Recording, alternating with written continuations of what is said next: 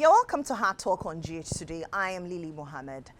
In 2024, when the NDC launched its manifesto, one of the critical things they talked about for economic transformation was agriculture. According to the NDC, it was a central driver for the economy to turn things around. We are in 2026, 1 year after Ghanaians gave the mandate to the NDC to lead us. The economy has seen marginal gains, but the question is, what has the role of agriculture been in all of this? My guest today is the Minister for Agriculture. He's also the Member of Parliament for the good people of Esnafo South, Eric Opoku. Good morning to you, sir. How are you? Good morning, my dear. I'm doing very well. And you? I'm doing well. Good. We can't complain. Grace is sufficient. How have you been 1 year in? I must say that it's been good. It's been very, very well. Except that every first year is a challenging year. Because you are going to work with a team that you are not used to. True. So you need to know each other, understand each other, and then appreciate the values, the commitment, the expertise they bring to the table. So as a leader, you can marshal them appropriately for the total benefit of the state. But I must say that it has been a very successful year. Why? Successful in the sense that when we assumed office in January 2025, food inflation was around 28.3%. And you understand that there is a relationship between rising food prices and the number of the people in the poverty zone. When your food prices are going up, it means you are increasing the number of your people in poverty. I think this is clear. And when it is coming down, then you are reducing the number of people in the poverty bracket. Sure. So I was tasked as the minister in charge of food and agriculture to lead government efforts towards increasing food production, to bring down food prices, and then also to provide raw materials in a sustainable manner for industrial operations. You rightly indicated that during the campaign and the launch of the manifesto, His Excellency President John Dramani Mahama spoke extensively about his agriculture for economic transformation agenda, where he underscored the need to use agriculture as a vehicle to deliver prosperity to the Ghanaian people. Right. Indeed, our nation is endowed with enormous agricultural potentials. What we have to do is to make use of the resources we have to change the Ghanaian story relating to agriculture. And that's what exactly we've been doing. In order to operationalize the agriculture for economic transformation agenda, we introduced a program we call Feed Ghana. Under the Feed Ghana, we have a lot of components. Okay. The first one is just a campaign. Campaign for people to participate in agriculture. So you saw that in our first 3 months, we were campaigning that every Ghanaian household must have a garden to produce some vegetables to support the feeding of the house.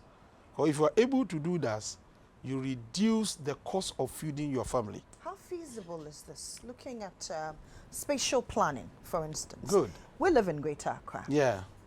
How feasible do you think this is? It is feasible because even in Greater Accra, we have a lot of people participating in this program. In the house, leave a small space and then grow some pepper there. Grow some vegetables. Harvest organically to support whatever you eat in the house. You say people are participating? Many people are participating. Do you have data?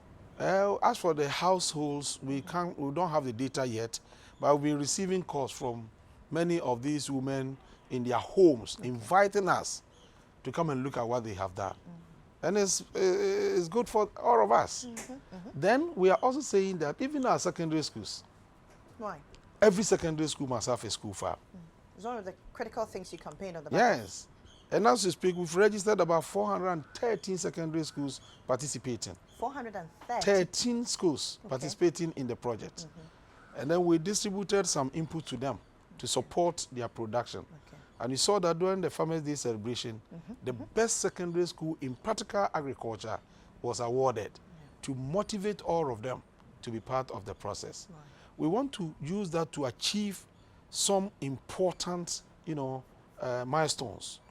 One, we want to eradicate or erase that erroneous mentality in the minds of our children that farming is only for the poor. Okay. It's for the unfortunate ones in society.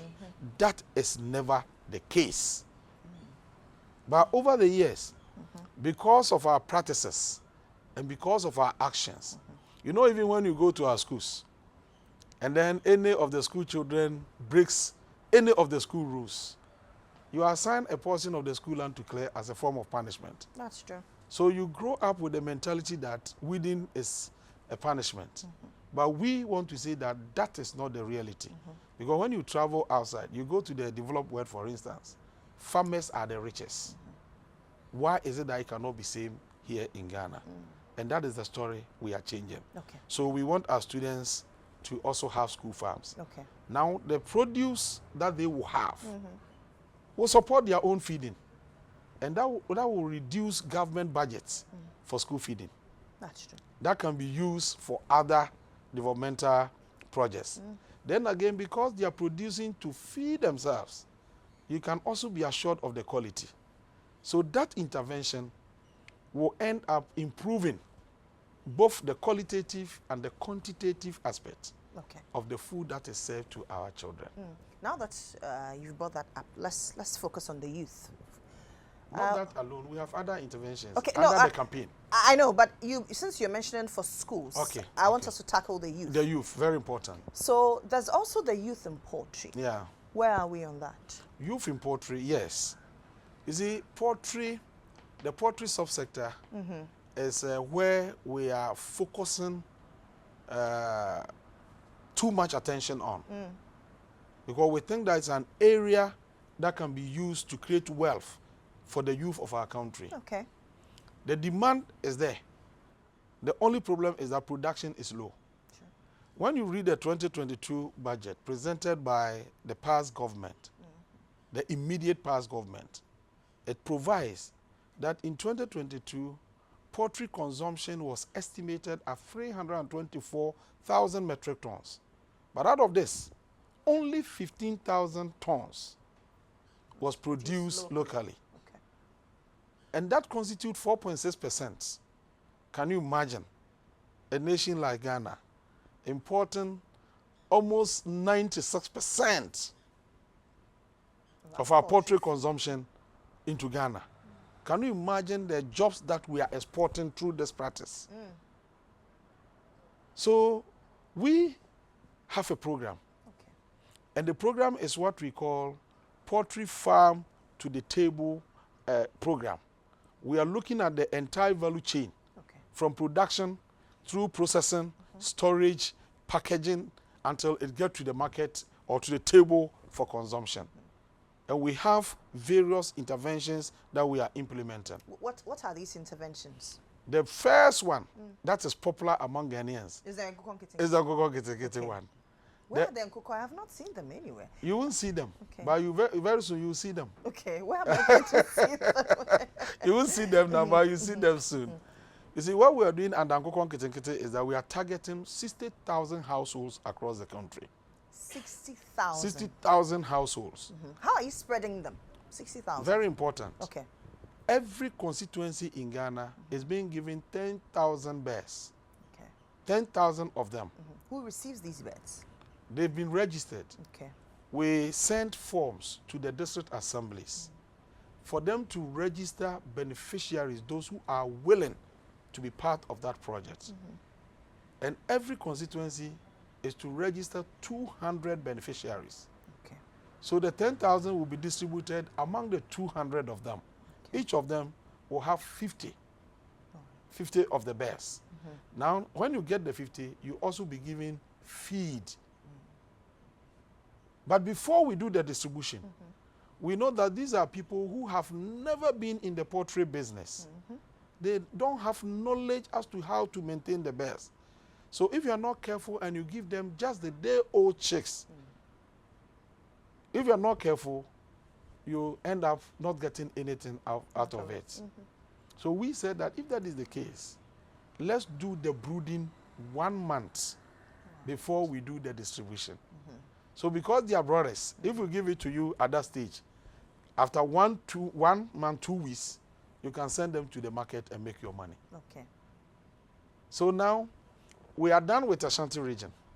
Okay. In Ashanti region, this is what we have done. We identify brooders, those who have the facilities to take care of the bears for us for the 1 month period. Okay.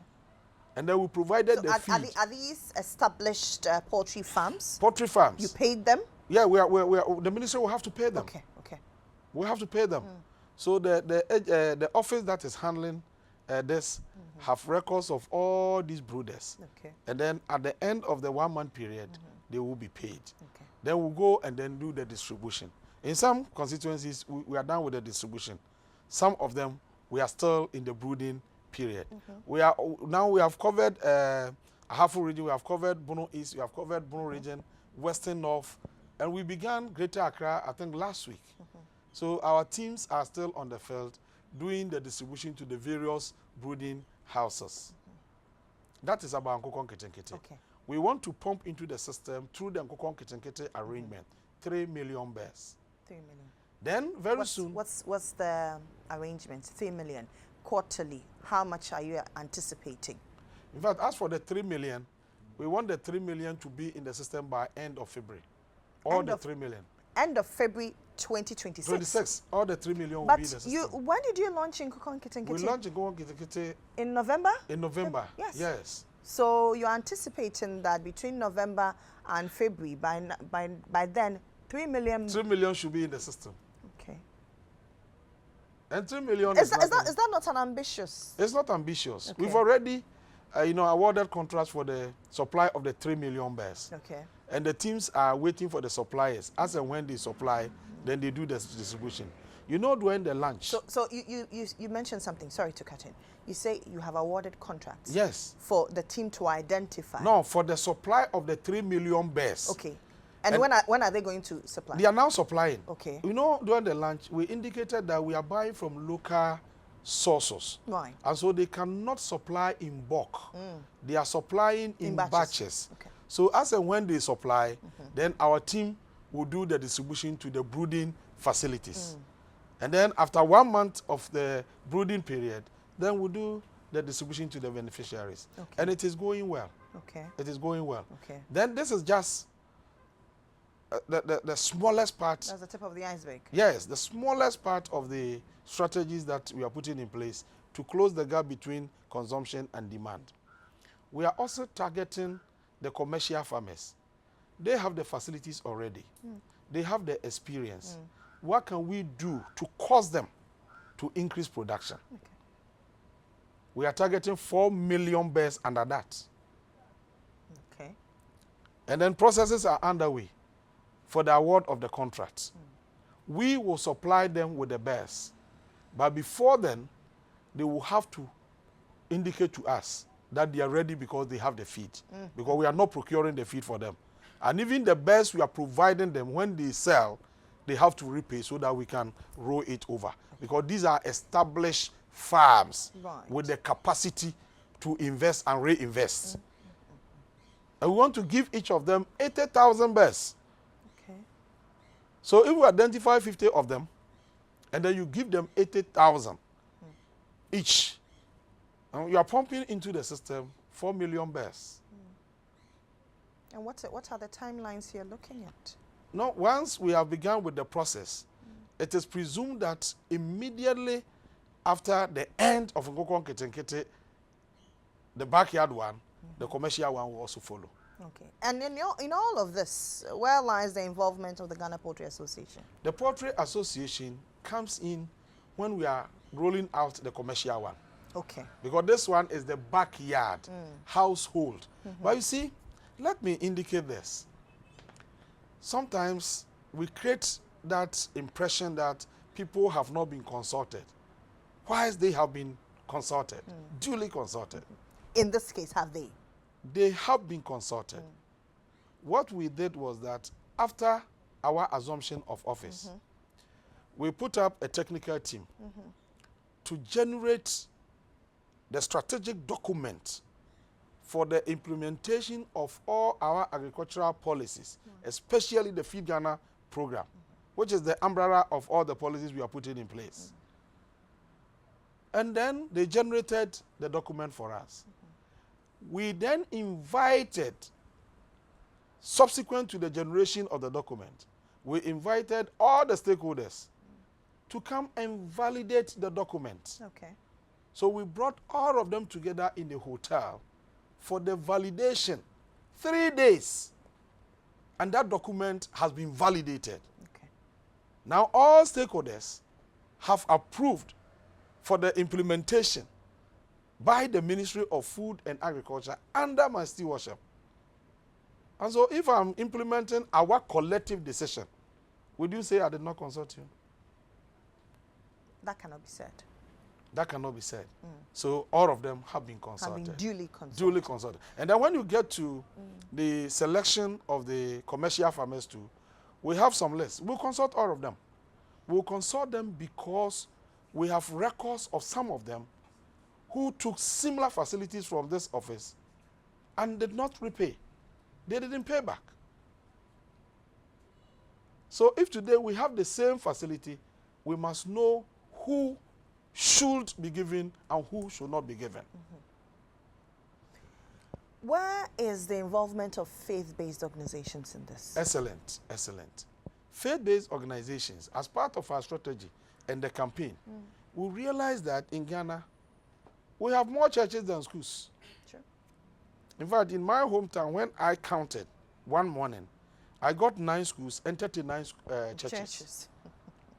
So we said that, look, if we have these institutions, well-established, faith-based organizations, where they hold their leadership in reverence, and then they listen to them, they accept whatever comes from them, hook, line, and sinker.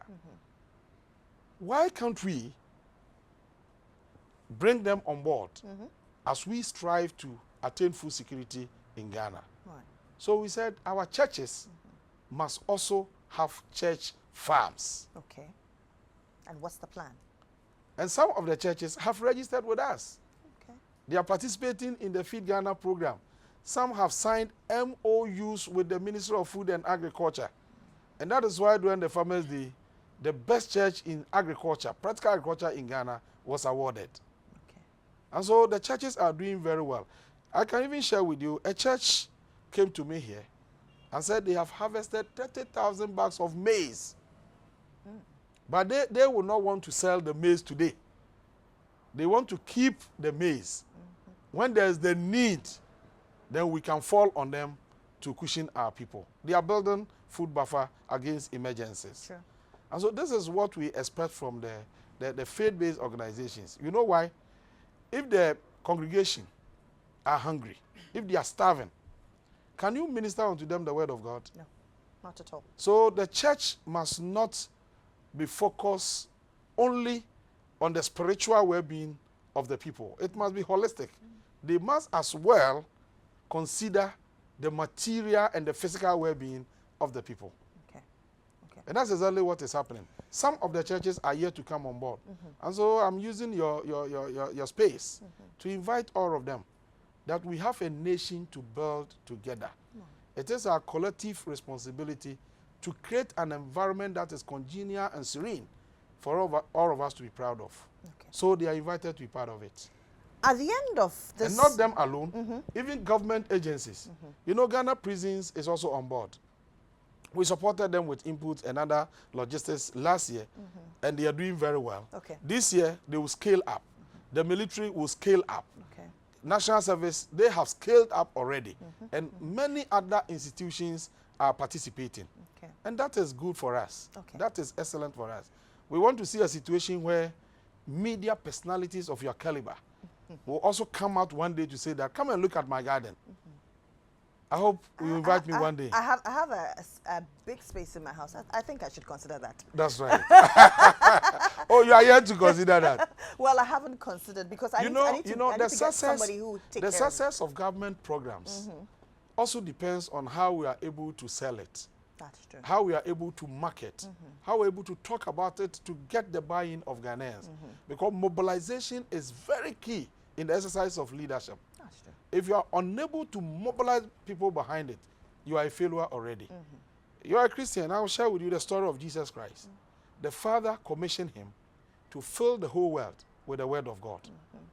Looking at himself, one person, how can I do this? So when he came, he assembled 12 disciples, preached to them, educated them, and said, please help me fill the whole world with the word of God to complete the task. It's a commission. Then they asked him, we have sacrificed everything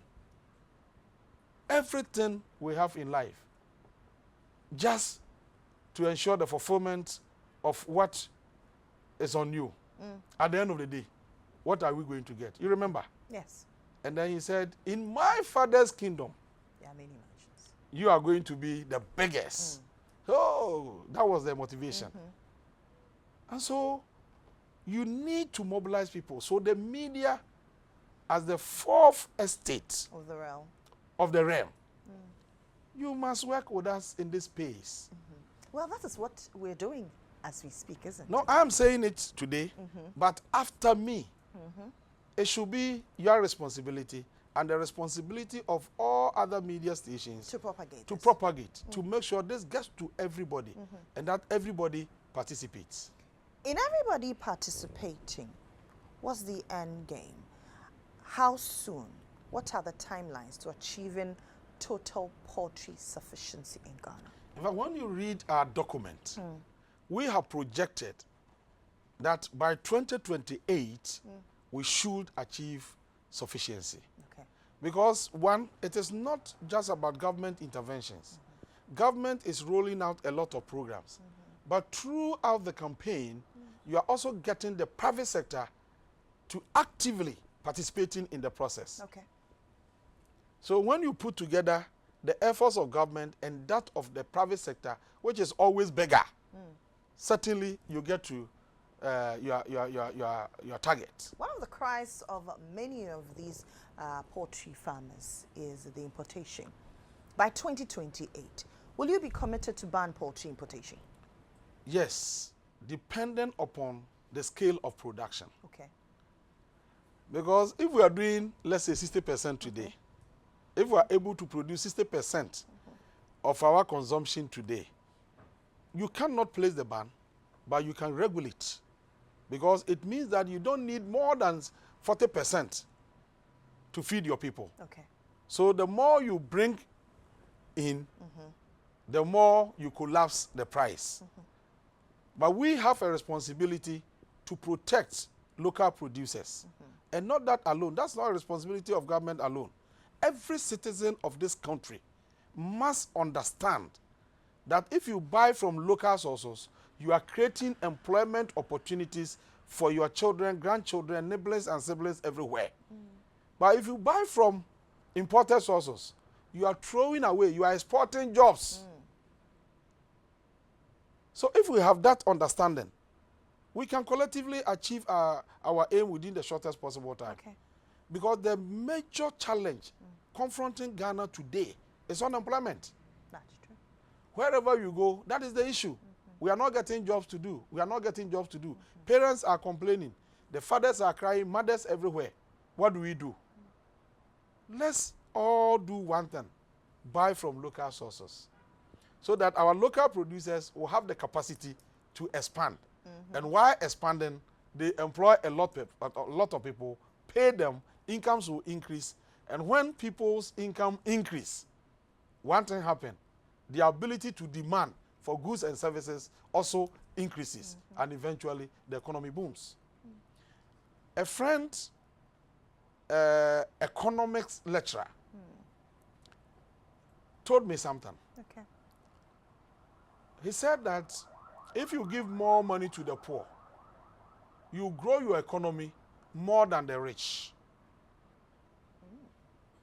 And I said, hey, this is contestable. But his explanation was simple. Okay. When the poor is given more money, they go to the market and demand for everything because they are poor. They don't have mattress. So they will buy mattress. They don't have TV. They will buy TV. They don't have roofing sheets. They will buy roofing sheets. They don't have chairs. They will buy chairs. And when they buy, the seller will also get money, buy kenke. The kenke seller will also get money, buy fish. Fish seller. So you see the money changing hands in the system. But when the rich man is giving additional money, now he thinks about celebrating the birthday in UK, in America. So his expenditure does not stay in Ghana. It goes somewhere. Just a few of them think about reinvesting. You understand? Yeah. So he says that build the capacity of the poor, redeem them from the shackles and tentacles of abject poverty, and let's see how they can significantly impact on economic transformation. It means you have 2 years to achieve this. But why did it take you too long to launch Nkokɔ, Nketenkete, for instance? No, you know, our budget was presented in April. As a new government, we had to form the government. And so in April, we went to Parliament for the budget approval, and then we started the implementation in March, in May. So May, June, July, August, we had to roll out all the programs and projects we had captured in the budget. And so certainly, we couldn't have done it earlier. But it is not late. Within the first year, we have achieved so much. Don't forget that even in March, we had to prepare for the farming season in the southern sector. You know, Ghana, we had the northern sector and the southern sector. True. In the southern sector, we have 2 major seasons. And because of the rainfall pattern in the northern sector, we have just 1 season in the northern sector. So from February, we have to start preparation towards the farming sector in March. As we speak now, we are preparing for the March season. And so we have done a lot of things. It is not about Nkokɔ Nketenkete alone. And even that one, I spoke about Nkokɔ Nketenkete, I spoke about the commercial one. I was going to talk about the medium to the large scale. Okay. Which is? Yes, in between the two. Between the backyard and then the commercial. We have the medium to large scale. They do just 500 bears, 1,000 bears. We have also identified some of them. Looking at the facilities they have, the experience they have gathered over the period that they have been in business. If we are able to support them, they can scale up. So we are providing them with 3 million bears, those in the middle, so that together we are pumping into the system 10 million bears. This is aside the various interventions we are witnessing from the private sector. Okay. Because we have had relationships, MOUs with some investors from outside who are also investing here. They are looking at the entire chain. They are producing, they will process, they will package and put them on the market. Okay.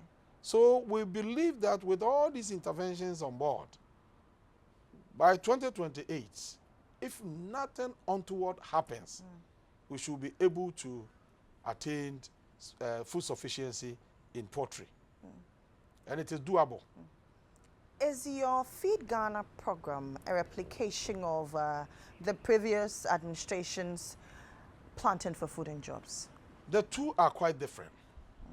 When you look at the explanation I'm giving, you could see 2 different programs. 2 different programs in the sense that under the Feed Ghana program, we are looking at a holistic approach to unlock the full potential of the agricultural sector. And so it is not about production alone. Planting for food and jobs was just to plant and produce food, supply fertilizer, seed, and those kind of things. That is part of it because we are doing production. Now, we are looking at how we can increase production. And to increase production, we have to bring on board research and technology. And that's why we are working with the research institutions. They test the soils for us. And then they will guide us that this soil is good or suitable for the production of this particular commodity. Then they will also tell us, this is the type of fertilizer that must be applied to this area. Because after the test, we realize that this particular nutrient is lacking in the soil, so we can replenish. Then after that, we are looking at continuous and sustainable production. That is why we are transitioning from rain-fed agriculture to irrigation agriculture. Ghana, we are told, is blessed with irrigable land estimated at 1.9 million hectares. But as we speak, just about 229 hectares is under irrigation. Without irrigation, all the investment you make in agriculture will be at the mercy of the weather. If the weather is not favorable, how do you recoup your investment? So the president says that we want to ensure all year-round production. So the chunk of the resources must go into irrigation infrastructure. If we are able to provide irrigation, regardless of the weather, if all the other factors will work as expected, certainly we'll have your goals achieved. Now that you talk about irrigation, did you inherit the One Village, One Dam initiative? One Village, One Dam. In fact, I'm here to see one. I'm here to see one. Oh, I'm very honest. You see, the name was One Village, One Dam. True. But if you had listened to the minister who was in charge of the implementation then, the minister said the money that was given was insufficient for that. So what I saw in the budget document then was dugouts. And dugouts, when you enter the dry season, you see water drying out of the thing. So you can have it. So when you talk about dam, I have not seen one. But if you have seen One Village, One Dam anywhere, just let me know. I'll go and look at it. Now we are working on dams. We are working on the construction of small dams in the northern enclave. And the funding is coming from the European Union and then the French embassy. In fact, I launched this program in Wa with the ambassador, French ambassador. And it was a very colorful, occasion. They are giving us 47 million euros. And then under the project, we are constructing 10 new small dams. And then we are rehabilitating 8 existing ones. And then apart from that, we are also providing 47 solar-powered boreholes to support the women in the production of vegetables. You see that just last week, my team was in Zebula. They were harvesting tomatoes, and the team had to be there to supervise the harvesting. I will be there in the next 2 weeks, and then you see some of the interventions we are putting in place. We are putting the vegetable farmers into clusters, and then allocating the land to them. When you give them the land, then we provide the solar boreholes, solar-powered boreholes, so that all year round they can have water for the production to produce tomatoes, onions in quantities that we need for us, or we can wean ourselves off from the importation of tomato from Burkina Faso and then onion from Niger. How then are you structuring these dams? Because if you say that what the previous administration did was, for want of a better word, is a failure, how are you structuring yours? Is it constituency based? Is it village based? Is it sector? How are you structuring this? Help us understand. We are looking at where the potential exists for the development. Because if the potential is not there for the construction of dam, how can you go and construct a dam there? So we have GHOne, that's the technical arm of this ministry in charge of irrigation. They present to us that this area is good for dam, is suitable for dam construction, small dam, or bigger dam. Then when they bring us the distance, we just look at the cost. If our budget can afford, we move into action immediately. Okay. So it's tailor-made. Yes. Okay. That is how it should be. But as for the solar-powered boreholes, it can be constructed anywhere where the test shows that we have enough water underground for it. Then you can go for it. Okay. Okay. That is the difference. But under irrigation, they started some projects that we are also continuing. Tomorrow, for instance, I'll be going to Pond. The immediate past government started some project there, irrigation project, which is under construction. Okay. We are continuing with the project because it's a good project. Okay. If we're able to complete them and then make it available for the farmers, it will increase production, increase incomes of the farmers, and then improve their living conditions. So we cannot abandon such projects. Okay. It is government money. And we have been asked by President, His Excellency the President, to make sure that such projects are continued because it is all in the interest of Mother Ghana. What about the warehouses? You're talking about not abandoning certain projects. What about the warehouses? Yes, the warehouses, we have a report, an audited report on the warehouses. A few of them were completed, but even the completed ones, the report indicates that they cannot be used because of some defects.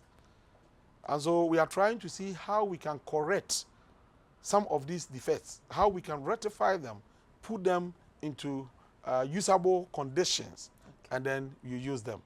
I recall some few months ago, ECOWAS came here because of the Burkina Faso crisis. I mean, the political turbulence, the intervention of the military. You know, that was an area where they had food buffer. But because of this, they are unable to continue with the buffer. So they said they wanted to expand their food buffer in Ghana, and they will need more warehouses. So we said we'll make some of the ongoing facilities available to them for them to complete and then use. And then we'll also identify some warehouses at some strategic areas. And with the help of the World Food Program, we are rehabilitating them for us to use for our storage, activities. And so we are doing a lot of things. So we do not have to witness the glut that we did, especially the glut, we anticipated it. We anticipated it. At the beginning of the year, we knew there was going to be a glut, but we were not assured. Okay. We weren't sure of the quantum of the glut. That was the problem. Okay. You understand? That was the reason why in the 2025 budget, we provided for 100 million Ghana cedis to purchase, to mop up the excess food from the markets. Okay. So assuming there was no anticipation of that, we couldn't have budgeted for it in the budget. Are you anticipating more gluts this year? Yes. Okay. And we are preparing towards that. What's the plan? We are doing so many things. Okay. Now we are mobilizing to go to the field to purchase the excess paddy that is still on the field. Okay. National Food Buffer Stock is building a strategic buffer against emergencies.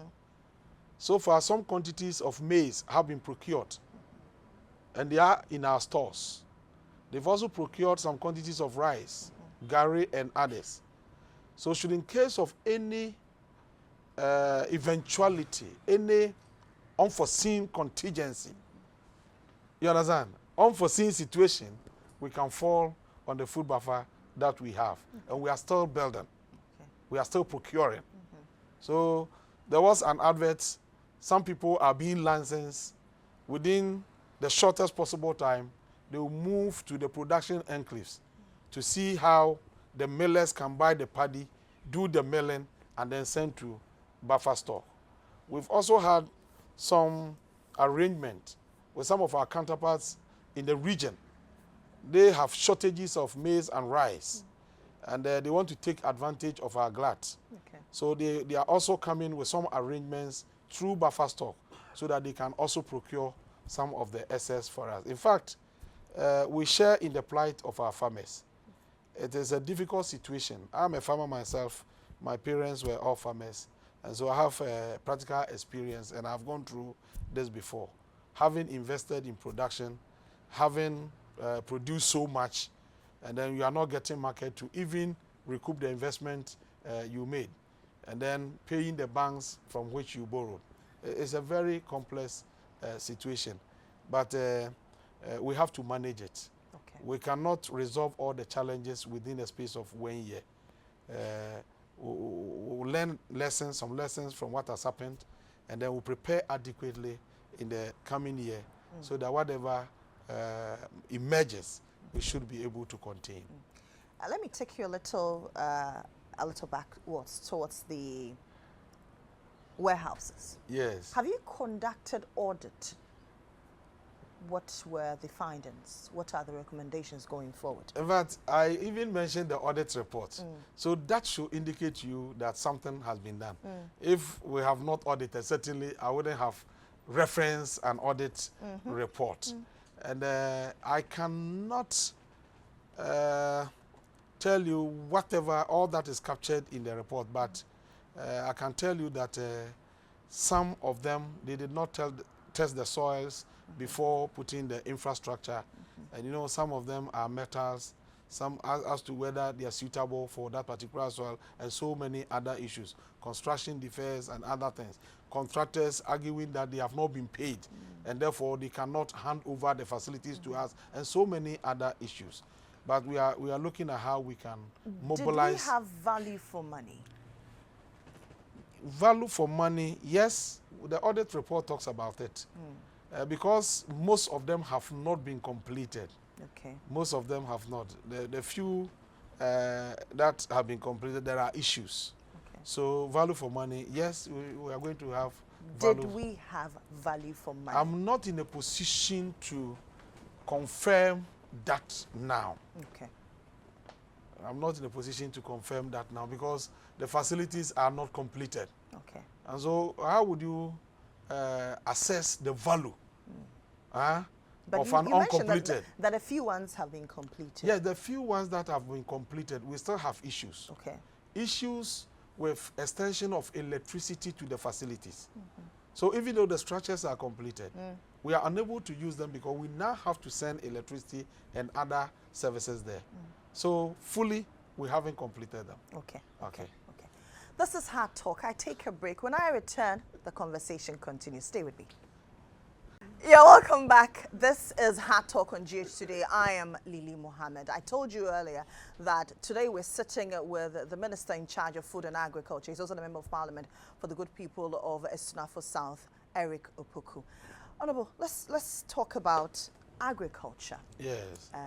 And we've spoken extensively. Fertilizer, what's the issue? Is it shortage? Is it failure to distribute? Something many consider very basic commodity. Actually, this year, the past year, we didn't have problems with fertilizer because the strategy was that we wanted to make the fertilizer available to our farmers free of charge. And so we procured some quantities, and then when we took over we inherited some quantities of fertilizer that were procured by the previous administration, and then some were being diverted to other places. So we mobilized all of them, added to what we procured, and then distributed to the farmers. But now we have a strategy in place. We have caused our farmers to form what we call community commodity-based cooperatives. Okay. So we now have farmers cooperatives. Okay. We've registered about 70,000 of them. Now these cooperatives are commodity focused. Right. And we know there are various locations across the country. So sitting here, just by pressing the button, I know that this cooperative is here. They are into the production of tomato, onion, they are into cassava, they are into this. So we are going to use the cooperatives for the distribution of the fertilizers. Okay. Then apart from that, we recognize associations like the Peasant Farmers Associations. That's the umbrella body for all the smallholder farmers across the country. And we have other associations. So through them, we can also send fertilizer and seeds to the farmers because we want them to increase the yield. So if we are able to give them what will enable them to achieve that, then we are good to go. So we don't have issues with fertilizer. Our only commitment is to ensure that the fertilizer leaves the ministry and gets to the farmer. It is not diverted. And free. Free. That was what we did last year. And this year, the technical team is reviewing what we did last year to see if it is something that should be continued or we should go for the subsidized one. I think next week, their report will be ready for consideration. How are you dealing with issues of smuggling? Smuggling. Last year, we didn't have problems of smuggling. Okay. And then this year, too, we are doing something about that. We want to have a special package, special bag for the fertilizers. And then there will be a tracking system on it. Right. So if we deploy the fertilizer from the ministry here, we can track it wherever it goes. Okay. And then wherever you see it, you know that this is Mofes fertilizer meant for our farmers.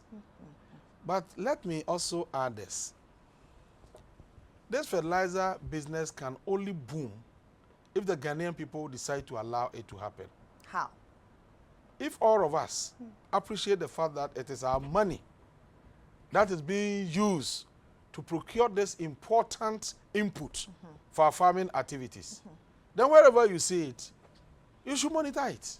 We have a collective responsibility because we pay for it through our taxes. We cannot allow some of these things to go down the drain. I agree. You understand? I agree. And so the quantities that will be distributed will be in the media space. We announce it to everybody. Like we did last year. We brought the media here, and then we announced that this quantity of fertilizer is being sent to this district. So before the fertilizer gets there, it is known to everybody there. And we also have people around to do the monitoring.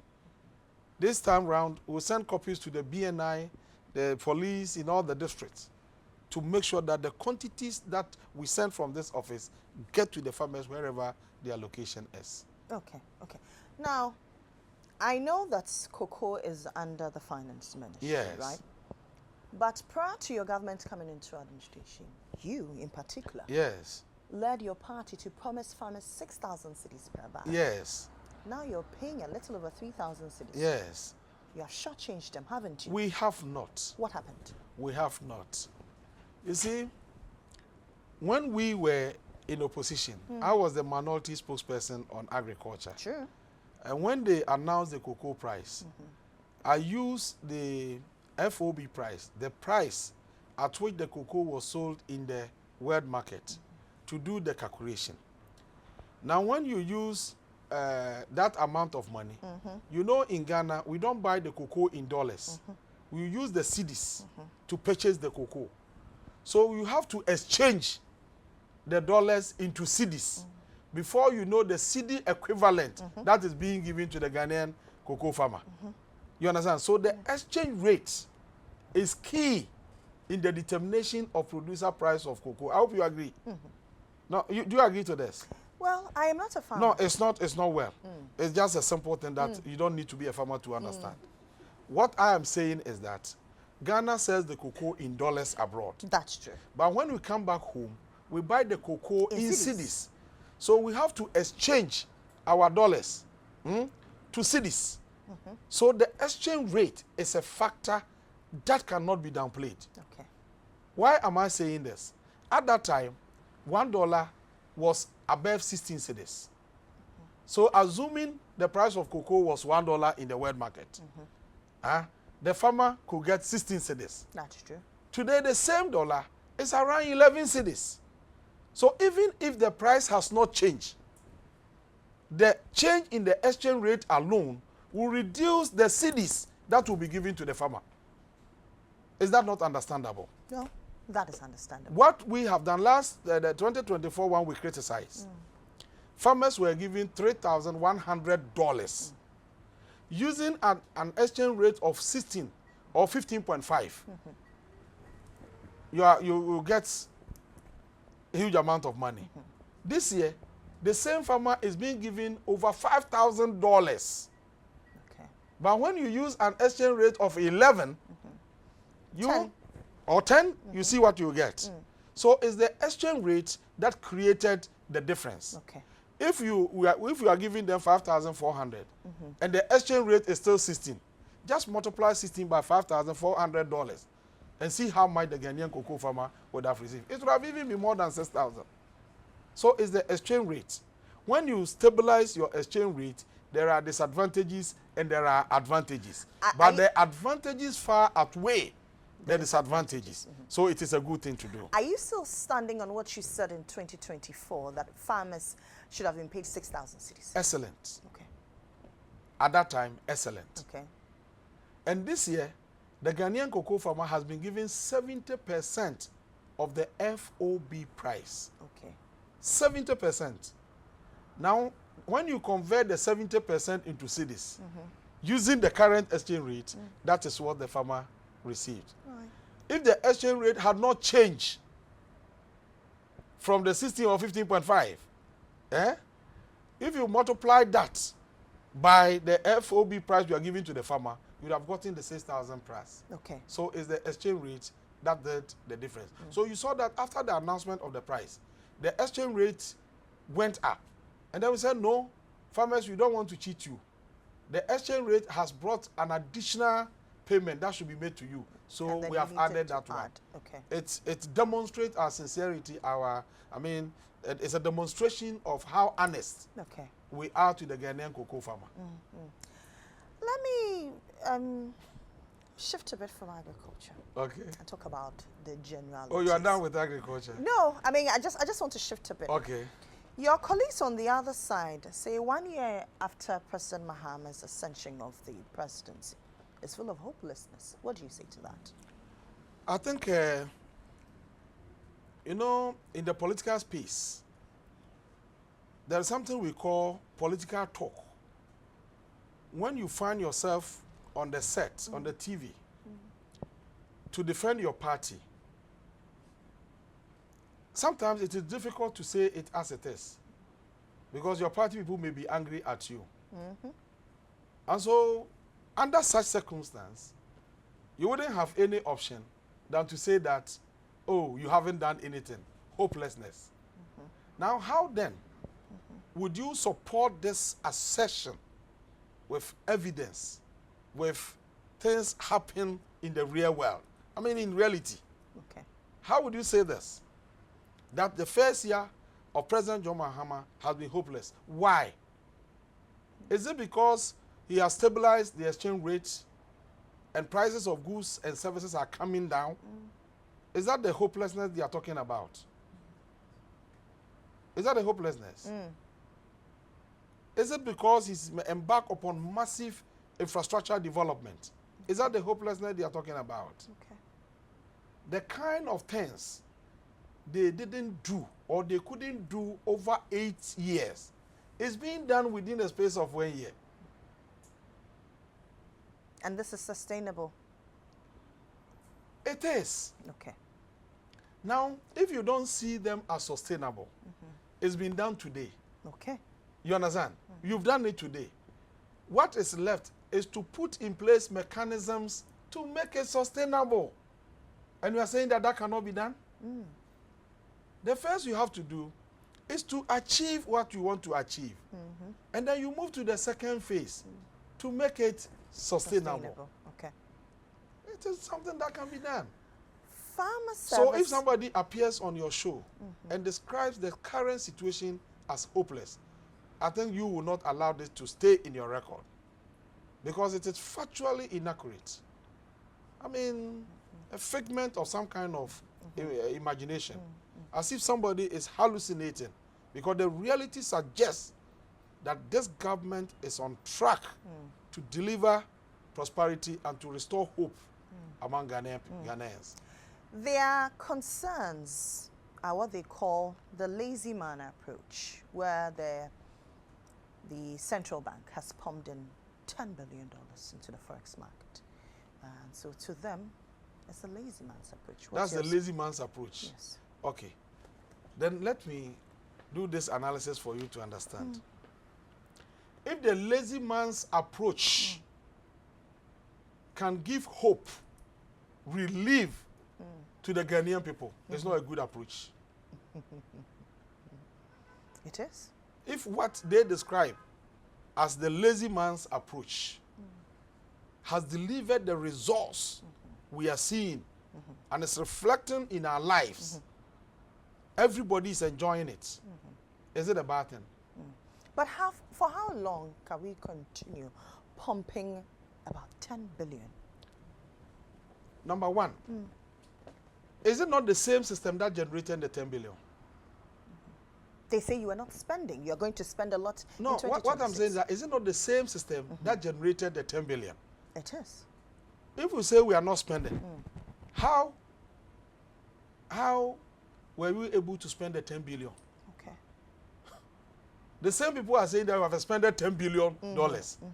And then they go to the other side and say we are not spending. So where did the 10 billion go? Okay. Is it not expenditure? It's expenditure. You see, people don't understand the concepts. Let me explain this to you. The whole essence of keeping international reserves is to have forests so that should in case of any difficulties, to the extent that nothing works in your nation, you can rely on import for some time to sustain your nation. And the benchmark is that if you have import cover of 3 months to 6 months, you are regarded as a rich country. Okay. 3 months is enough for you. But if you exceed it, and then you get between 3 months to 6 months, you are a rich country. You can even lend to other countries. That is the benchmark. Because you need just 3 months. Beyond the 3 months, you have moved into another category of the rich countries. And you have the capacity to lend to other countries. Now, our international reserves is heading towards 5 months. It was 4.8. We are going to 5 months. So we have excess. We have gone beyond the 3 months. So assuming we have challenges with our exchange rate, and then we decide to use 1 month to stabilize the exchange rate, and still in the comfort zone, is it a bad thing? Not entirely. So it's about application of common sense. Okay. The Bank of Ghana has a mandate to stabilize prices. If Bank of Ghana is able to perform that role effectively, the Ghanaian people will be the beneficiaries. Okay. For them to be able to do this, under the NPP, Bank of Ghana expended 60.8 billion Ghana cedis. That was a debt, yet they never achieved that stability. Is it a fact? Is it not a fact? It is. So having expended 60.9 billion, yet that stability was not achieved. If today 10 billion is expended and the stability is achieved, is it a bad thing? Well, it is not. Now, So how come how come that the same people will have the impudence, the effrontery, the temerity to come out to condemn what deserve products? okay. And that is why we have a mandate. We have a responsibility to let people understand that what they are doing is never right. Okay. The government is on the proper track to deliver. In delivering, is this government sure of using agric as the real economic transformation? I asked this on the back of how much has been allocated to your ministry in 2025 budget and in 2026 budget as well. Actually, the allocation is not that significant. Okay. Looking at the fact that Ghana is a signatory to the Maputo Declaration, the Kampala Declaration, that enjoins us to commit not less than 10% of our annual budget to agriculture. We are doing less than 2%, in some cases less than 1%. But I believe in one principle. Yes, the quantum of the resources matters. But the most important thing in the application of resources is the prudent utilization of the resources. If you get 10 billion and you allow 6 billion to go waste, you flitter away 6 billion, you have just 4 billion to make an impact. And so if you are giving 4 billion and you are able to make judicious use of the 4 billion, you make the same impact. Okay. So I believe in the judicious utilization of the resources that have been allocated to the Ministry of Food and Agriculture. Okay. And I also believe in the capacity of the private sector. And I believe in the advocacy we have embarked upon. I also believe in the inflow of investment that we are getting into the agricultural space. Because the combination of all this will produce the results that will shock the nation. Let me touch a bit on the farmer service centers. Yes. What's your plan? The Farmer Service Center, you know, it was a campaign message. And it was also captured in the budget. And allocation has been made for its implementation. Right. We've now secured land for the project in 70 of our districts. We are now working on the documentations. Okay. We are working on the documentation. We don't want a situation where somebody will come tomorrow and say, this land is mine, so I'm coming to take over the property or whatever. But it's a very important project that will change the entire agri-space. You know why? The Ghanaian farmer population is dominated by smallholder farmers. The smallholder farmers constitute about 80% of our farmers in Ghana. On their own as individuals, they cannot acquire tractors, equipment for their activities. So on their own, access to mechanization is not possible. Now what we are saying is that let's create a center. Send the tractors, the combine harvesters, the plows, the tillers, all the equipment that is required for the activity, send it there. Okay. You should have a session where the farmers can go and access agricultural input, agricultural fertilizer, a session for extension service delivery, where you have the agricultural extension officers ready to impact on production. And then a session for the deployment of digital tools. And then a small office where the farmers can be trained. This is the center we are talking about. So as soon as these centers are established, if you want to go into farming and you don't have money to hire the services of a tractor to clear the land for you, just walk to the center. They will take the records, release the equipment to go and clear for you. When you harvest, you go and pay. So that every Ghanaian farmer will have unimpeded access to mechanization and the rest of the facilities that we talk about. So this year, Ghanaians will see the implementation of the project. Okay. We are here to send letters requesting for commitment authorization to enable us go through the procurement processes to commit the state to contracts. When that is done, we are through to go. In all of this, how are you including or employing the 24-hour I think the idea is fantastic. It is. Good. In all of this, how are you employing the 24-hour economy? The 24-hour economy, you see, is the best for us. Okay. What we are saying is that we have some of the factories that are into production. The demand for their produce is very, very high, to the extent that they cannot even meet the demand. Now we want to create that atmosphere for them to be in operation throughout the day, 24 hours, so that they will be running 3 shifts. People will come and work 8 hours, they go. Another group will come 8 hours, they go. Another group 8 hours, they go. And then by the close of the day, they would have tripled their production because the demand is already there. Now, before they will be able to do this, we have to increase the raw material supply to sustain them in business. And that is how agriculture comes in. Okay. And that is why we are saying that let's provide irrigation. That is why we are saying that let's test our soils. That is why we are saying that let's put in place mechanisms to increase production. That's why we are saying that let's have farmer service centers so that those who are doing 1 acre can now do 10 acres. Increase production to ensure uninterrupted supply of raw materials for industrial operations. Okay. I don't understand why people can't comprehend this. It's very simple. It is something that can be done and many people will be employed.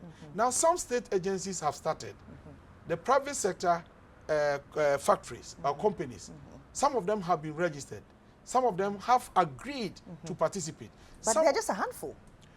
Now, you know, the beginning of everything is like that. Okay. You have a humble beginning.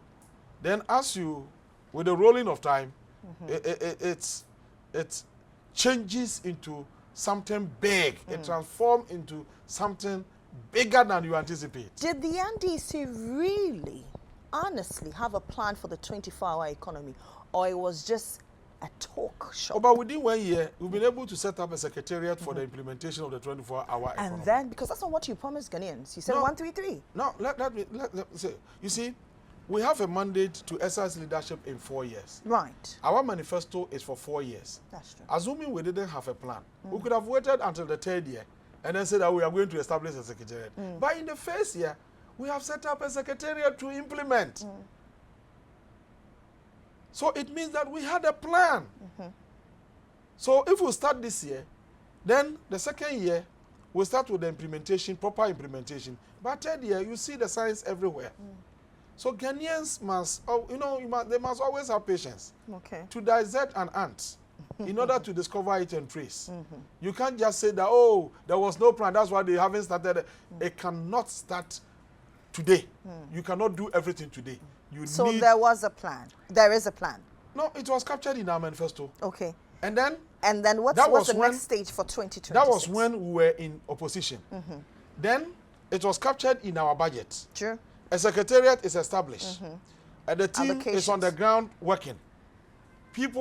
Companies are being registered. Measures are being rolled out. They are putting some banks together. I mean, they are developing the incentives that we promise and other things. And then we say that we haven't done anything. I mean, you know that is not the case. Ghanaians have become impatient. Ghanaians, they must be impatient because they've lost tracks in politicians because of the past experience. Okay. And so it will take some time for us to restore that hope. And that's what we are working on. People say... But sometimes, if people are impatient, we should also be able to dissect the cause of their impatience to see whether there are genuine reasons for that or otherwise.